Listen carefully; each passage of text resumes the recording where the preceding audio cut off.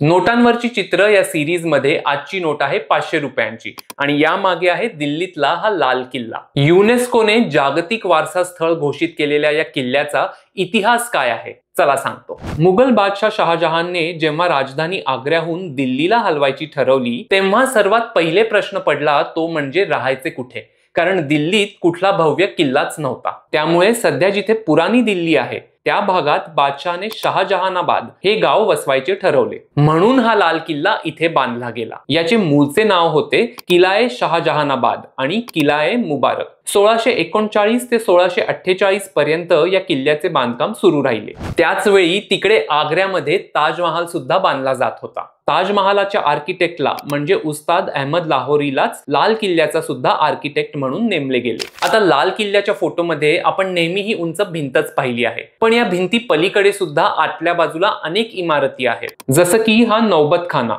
दिवाने आम, दिवाने खास, रंगमहाल, मुमताज महाल, बाजारासाठी छत्ता चौक, हमाम, बावडी आणि इतर बऱ्याच इमारती। दिवाने आम मध्ये सामान्य जनतेसाठी दरबार भरत असे, तर दिवाने खास मध्ये केवळ मंत्रिमंडळाबरोबर चर्चा होत असे। मुघल, पर्शियन आणि हिंदू स्टाईल मध्ये बांधलेल्या या किल्ल्याला बाहेरच्या बाजूने 2.5 किलोमीटर लांब अशी संरक्षण भिंत आहे। यमुना नदीच्या काठावर बांधला गेल्यामुळे लाल किल्ल्याभोवतीचा खंदक यमुनेच्या पाण्याने भरलेला असायचा। त्या काळी हा किला-ए मुबारक बांधायला साधारण 1 कोटी रुपये खर्च आला होता। तेव्हाच्या हिंदुस्थानातला हा सर्वात महाग किल्ला होता। 15 ऑगस्ट 1947 रोजी देश जेव्हा स्वतंत्र झाला तेव्हा पंडित जवाहरलाल नेहरूंनी लाल किल्ल्यावरूनच प्रथम ध्वजारोहण केले होते। त्यानंतर ही प्रथा सुरू ठेवण्यात आली। स्वातंत्र्यानंतर सुद्धा बरीच वर्ष भारतीय सैनिकांना प्रशिक्षण देण्यासाठी या किल्ल्याचा वापर केला जात होता। असे व्हिडिओज आवडत असतील तर एक लाईक नक्की करा आणि ते सबस्क्राइब बटन लगेच दाबा।